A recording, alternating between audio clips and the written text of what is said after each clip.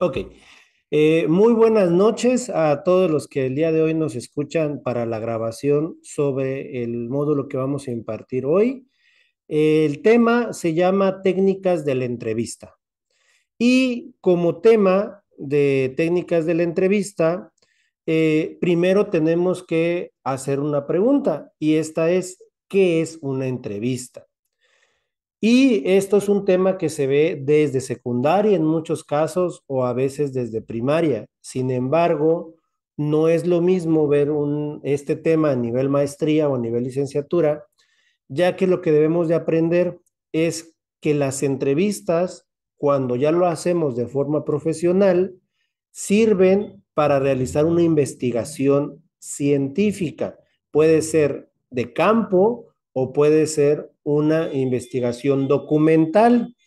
Ahora bien, cuando nosotros vamos a hacer la entrevista, también podemos hacerla en un ambiente laboral. Un ejemplo, cuando vamos a solicitar trabajo para una empresa, nos hacen una entrevista y la persona que la realiza tiene que saber técnicas profesionales de cómo enfrentar la situación para poder elegir al candidato adecuado. De la misma manera, van a haber otras personas, como por ejemplo, los médicos cuando van a tratar a un paciente por primera vez o los psicólogos cuando van a dar terapia. Eso por mencionar algunos ejemplos. También a nivel educativo, la entrevista se da a profundidad. Ahora, debemos entender que en trabajo social yo siempre he dicho que abarca una cantidad de ciencias muy amplia. Un trabajador social debe conocer mucho de muchas cosas, aunque solo tenga un poquito de profundidad. Cuando tú ya consigues un trabajo formal en donde digas, este trabajo me gusta, me siento bien y creo que tengo un crecimiento profesional en este trabajo, entonces lo que puedo hacer o lo que deberían hacer es profundizarse en ese aspecto. Un ejemplo, un trabajador social puede trabajar en una escuela, un trabajador social puede trabajar en un hospital, un trabajador social puede realizar consultorías o acompañamientos en alguna ONG, en fin, por mencionar algunas cosas, o algunos lugares de trabajo, también puede trabajar a nivel gubernamental, por ejemplo.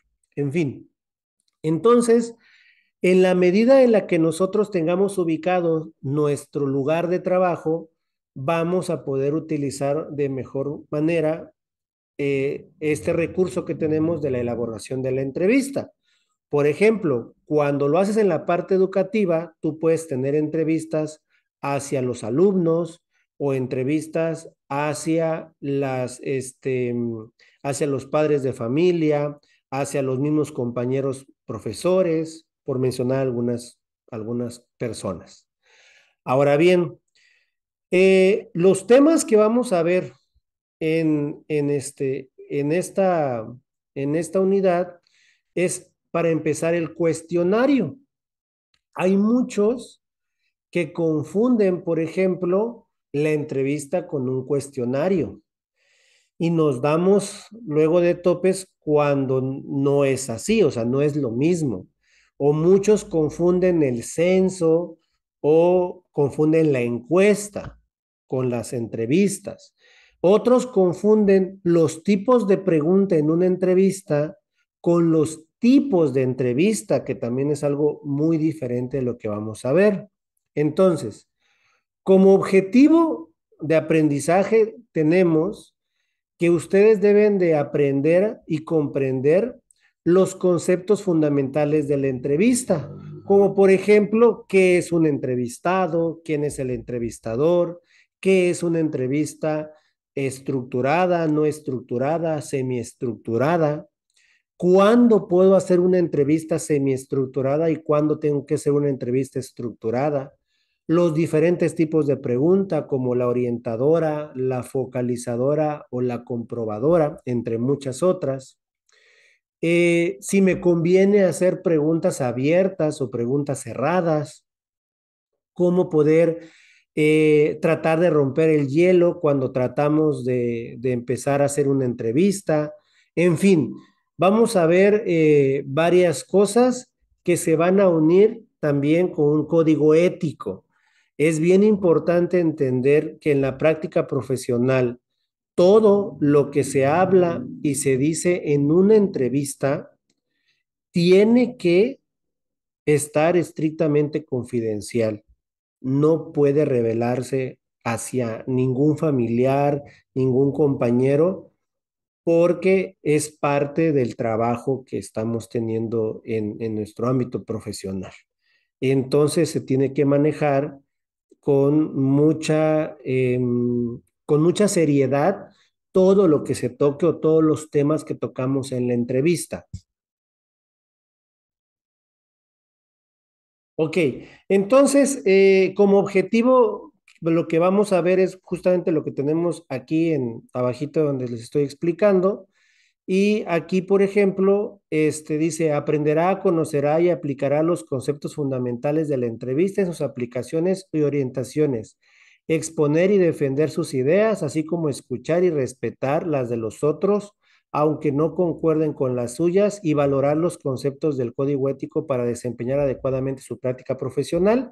Básicamente es lo que les estaba comentando que es normal, ¿no? Que cuando nosotros estemos entrevistando debemos de tener esa ética profesional para no comentar o para no explicarle, para no comentar pues lo que se trabaje en sesión con las demás personas. Hay que tener la parte ética muy bien clara en donde que no se puede estar platicando lo que se habla en sesiones, en las sesiones de la entrevista que tengamos.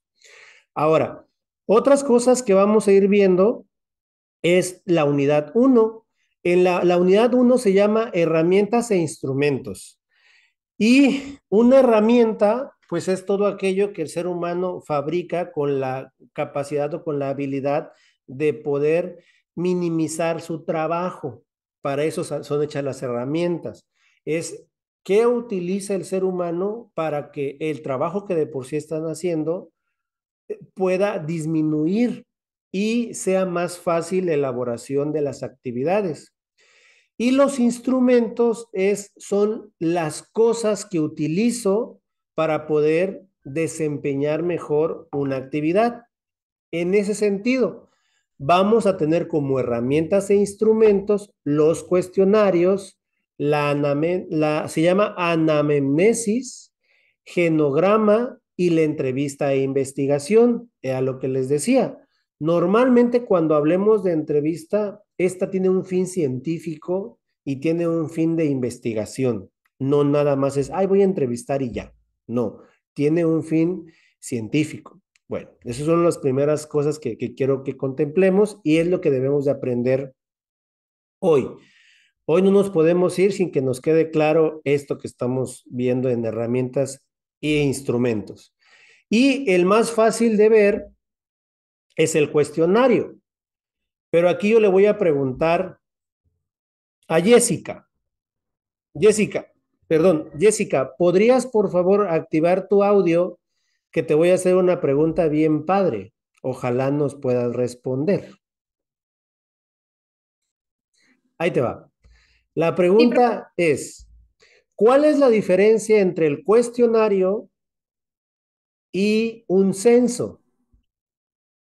Y si te la ponemos un poquito más difícil, te voy a preguntar cuestionario y hay encuesta, ¿sale? Más o menos, aunque no lo sepas, ¿qué piensas que es? Y si sí lo sabes, adelante, explícanos. ¿Qué se te ocurre? Lo que sea. bueno, un cuestionario es una serie de preguntas sobre como qué le entendiste, ejemplo, a un texto. Tú terminas de leer un texto y te hacen un cuestionario para ver lo que comprendiste de ese texto. En realidad es como preguntas sobre lo mismo. Ok, facilito, Y, ¿no? Ajá, no hay problema ahí. ¿Qué más? y me dijo que Encuesta. Y una encuesta es para saber, por ejemplo, cuando se va a lanzar un producto, eh, hacen una encuesta para saber si ¿El producto es el viable o producto, no? ajá, si va a funcionar, si es aprobado por el público, más o menos así. Perfecto, vamos muy bien. Sí. Censo, El censo es para medir la población, más o menos. O sea, el censo poblacional. como cuando hacen lo del Sí. INEGI, hace un Ajá. censo de cuántos hombres, cuántas mujeres, algo así, ¿no? Más o menos, claro que sí. Muy bien. Tienes 10 hasta ahorita, Jessica. Felicidades. Bueno, El concepto, sí. sí, estás bien, estás bien. Básicamente no tengo mucho que corregirle a Jessica, salvo lo último de censo, que no es como corregir, sino aclarar. Efectivamente, lo que hace el INEGI es un censo, pero se le llama censo porque va a hablar del total de la población, ¿no? Todos. Ahora, es normal que a veces vamos a dividir en estratos las diferentes poblaciones que tenemos o en estadística se le llama universo y muestra. Un ejemplo, el censo de población que hace el INEGI lo hace supuestamente a todos los mexicanos de la República. Y por eso pasan de casa en casa y por eso se hace cada 10 años, más o menos.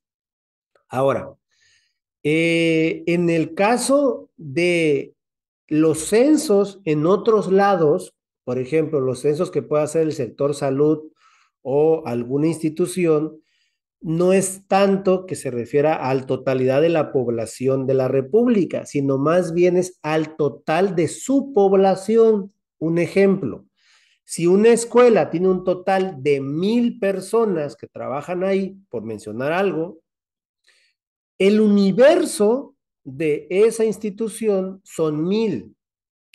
La muestra va a ser una cantidad proporcional de mi universo para poder hacerles una entrevista o una encuesta. ¿Hasta ahí me van entendiendo? ¿Alguna duda? Luz, Jessica y Andrea. Ok, continúo entonces.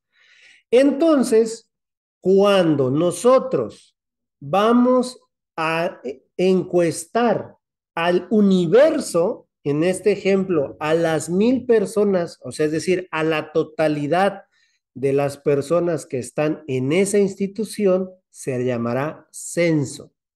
Entonces, un censo es la totalidad y cuando agarro una parte para hablar de la muestra, entonces ya veré qué me conviene hacer, si hago entrevistas o si hago encuestas.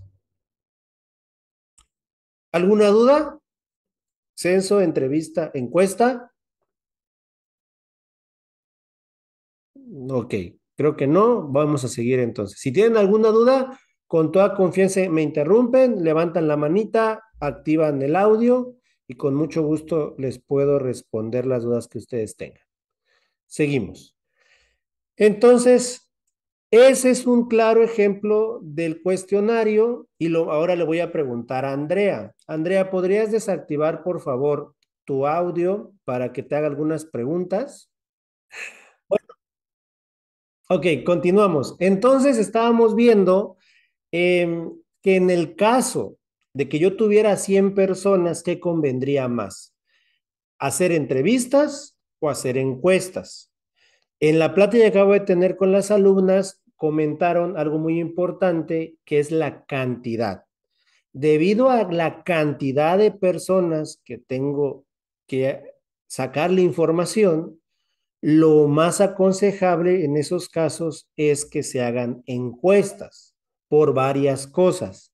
La primera es que si yo tengo 100 hojas y tengo un momento de 20 minutos o 30 minutos o menos, si tengo nada más 10 preguntas, puede que yo nada más las reparta con estas 100 personas, empiece a correr el tiempo, respondan el cuestionario, se levanten y se vayan, y yo rápidamente recolecto esa información.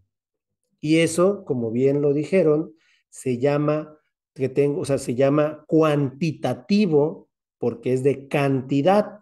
Es decir, toda la información que recolecto en una encuesta va a ser normalmente cosas cuantitativas porque voy a poder graficar y voy a poder determinar quiénes opinaron qué cosa a partir, la mayoría de las veces, de preguntas cerradas. Las preguntas se van a dividir en abiertas y cerradas. Una encuesta normalmente debe de tener preguntas cerradas, porque cuando tú graficas y tengas o estés analizando las 100 encuestas, imagínate el problema que vas a tener si pusiste, ¿de qué sabor te gusta el helado? Y lo dejes abierta, vas a tener de chocolate, de vainilla, de rosas, de horchata, de pozol, de tascalate, de chocomil, de lo que tú quieras, ¿no? Entonces, cuando tú quieras graficar eso para poder ver quién dijo el sabor favorito para que entonces mi empresa o para lo que sea que yo lo esté utilizando pueda como tratar de hacer helados de ese sabor, no va a ser muy difícil porque pueden haber una cantidad inmensa de sabores y de nada me va a servir que 70 personas hayan dicho, o que las 100 personas, perdón, hayan dicho 70 sabores diferentes. Y como dejé la pregunta abierta, justo eso es una pregunta abierta, cuando tú no delimitas, ¿no? La respuesta y la dejas que conteste como quiera al que le estás realizando la encuesta, en este caso, entonces no te ayuda. Sin embargo, si la cierras y pones rosas, vainilla, limón, punto. Entonces vas a ver la gráfica más bonita y te va a dar mucho más información porque entonces vas a ver de esas 100 personas cuáles de esos sabores prefieren. Limón, rosas, vainilla o chocolate o lo que sea. Y puedes preguntar, ¿conocías el sabor a rosas, por ejemplo? ¿Lo habías probado alguna vez en tu vida? Bla, bla, bla. Y puedas sacar mucha información al respecto. Entonces aquí acabamos de ver dos cosas bien importantes. En resumen, uno, ¿qué es una pregunta abierta y cerrada? Que las abiertas son cuando la persona que se encuesta o se entrevista se le deja hablar todo lo que quiere y la cerrada cuando se delimita. Ejemplo, ¿qué deportes te gusta? Fútbol, básquetbol, voleibol, otros. Pensando en que ojalá el otro me va a meter en problemas porque lo dejé abierto.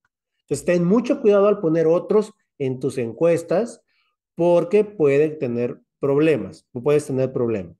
Ahora, si lo cierras a deporte, no sé, deporte individual favorito, y ya puedes poner tenis, natación, carreras o atletismo, y ya ves qué información te van a arrojar ahí las personas. Eso es una. Segunda, cuando elabores entrevistas, estas entrevistas normalmente se hacen para generar o recopilar datos de forma cualitativa. Cuando hablamos de las cosas cualitativas o aspectos cualitativos, nos vamos a referir a cualidades, una cualidad, no a una cantidad. Y las entrevistas casi siempre se utilizan para determinar o para especializarnos en cosas cualitativas, de cualidades. Y voy a poner un ejemplo. Pensemos en que estamos haciendo una investigación sobre la educación en México y determinamos que en una comunidad alejada del mundo resulta que hay dos personas que brillan académicamente y que han ganado premios a nivel nacional. Pero el otro 90% de su población o 98% de su población no ha ganado nada. En términos cuantitativos, no nos dice nada. Una persona o dos no es estadísticamente importante, pero si queremos hacer una investigación social, una investigación sociológica, una investigación y muy importante que es saber qué cosas extraordinarias pasaron o por qué estas dos personas o esta persona en particular, a pesar de su contexto, a pesar de las pocas oportunidades que tuvo y de la marginación en la que ha vivido, ¿qué pasó con él que logró ganar premios nacionales? No porque no pudiera intelectualmente, sino porque lo tenía más difícil comparado con otro que viva en Tuxtla o que viva en lo lugar que tú quieras, ¿no? La Ciudad de México, Monterrey, lo que tú quieras. ¿Qué pasó ahí? Y ahí es donde la entrevista tiene que entrar con una potencia muy importante a la hora de, de encontrar información. Por eso son muy importantes las entrevistas. Y los cuestionarios suman un papel muy importante a todo esto, porque normalmente los cuestionarios, como bien lo dijo la compañera, va a ser como una especie de guión, va a ser como un montón de preguntas que debo de tener y esas las debo de preparar perfectamente, ya sea para que se pueda hacer de forma cualitativa o de forma cuantitativa esas preguntas, utilizando entonces una encuesta o utilizando una entrevista. Pero es esta batería de información, es decir, es esta cúmulo de posibles preguntas que uno puede hacerle a esa persona a partir de la investigación que uno quiere elaborar. ¿Dudas? Perfecto. Ahora, lo siguiente que vamos a ver el día de hoy es la anamnesis. La anamnesis, ¿qué será? ¿A qué suena? ¿Qué es? Andrea, Jessica, Luz María, ¿qué me quisieran decir? ¿Qué es la anamnesis? Tiene un nombre bien raro, pero es bien fácil. Chan, chan, chan, chan. ¿Qué me dice Jessica? Ahí está. Ahí te ayudo un poquito. A ver, ¿qué es la anamnesis? A ver, ¿qué es? ¿Qué es? Más ayuda ya no les puedo dar. Bueno, en otras palabras, se puede decir como es un historial clínico de algún paciente hospitalariamente. Más o menos, sí, claro que sí. Puede servir como un historial clínico. Sí. La anamnesis es el proceso de la exploración clínica que se efectúa mediante el interrogatorio para identificar personalmente al individuo, conocer sus dolencias actuales, obtener una retrospectiva de él y determinar los elementos familiares, ambientales y personales relevantes. Es básicamente lo que dice la compañera, ¿no? Cuando una persona llega, esta persona va a tener que ser entrevistado por un asistente o por el mismo médico para saber su historial clínico, como dicen ustedes, ¿no? Entonces, pero no solamente eso, sino tienen que hacer otro tipo de valoración, pero es esta entrevista inicial que hacen los médicos o las entrevistas que se hagan en el término médico. Es decir, en medicina, una encuesta, una entrevista se va a conocer con el nombre de anamnesis, ¿va? Pero es una entrevista. Solo que porque como viene de alguien que conoce el problema, la enfermedad, en esa medida es que y le elabora una entrevista a alguien que no conoce, sino simplemente es como para sacar los síntomas que tiene, su pasado, qué tratamientos ha llevado, etcétera. Entonces se le va a conocer como anamnesis. Y esto cuenta como, o es parte de una herramienta que tienen los médicos para poder conocer mejor a su paciente. ¿Dudas? ¿Dudas, dudas? No, hasta ahorita no. Sí, Per- eso lo veo, bueno, en mi trabajo es, por ejemplo, cuando va uno de paciente y ya lo hospitalizan un niño. Familiares que tienen enfermedades con diabetes, con hipertensión, o sea, como historia de su familia para saber si son propensos a padecer de esas enfermedades. Es eso lo que dice, ¿no? Que ¿Sí? algo así. Sí, correcto, perfecto. Justo eso es. ¿Sale? Ahora, luego tenemos cómo se realiza, ¿no? Y vamos a darnos cuenta, aquí viene cómo se realiza. Para realizar una buena entrevista médica o anamnesis, el profesional debe fijar cuáles son los datos que quiere conseguir de forma prioritaria. Empieza preguntando los datos personales y aquellos que atrajo al paciente a la consulta y continúa solicitando información que puede ser de relevancia. Eso es básicamente cómo se puede realizar una buena anamnesis. Pero es justo lo que acaba de comentar también la compañera. Y luego vamos a ver entonces el siguiente punto que se me movió. ¿Cuál era? Aquí está. Vamos a ver el genograma. ¿Sale? Ese es el último punto. Como se pueden dar cuenta aquí es donde teníamos lo que vamos a ver hoy y era como esta explicación. Estamos ya ahorita en el 1.3 que es genograma y ya luego la entrevista y la investigación que ya es un poquito más extenso que vamos a elaborar ejercicios y actividades ya en la plataforma a lo largo de la semana y les voy a mandar algunos videos para que lo vean y pues de eso trata, ¿verdad? La parte de entrevista e investigación. Así que ya estamos en la recta final y vamos a hablar ahorita entonces del genograma. Y está bien fácil de entender si entendemos que geno viene del griego y grama también, ¿no? Normalmente nuestro idioma parte del latín y del griego, entonces cuando entendemos griego y latín o conocemos ciertos conceptos es más fácil de poder encontrarle significado a las cosas.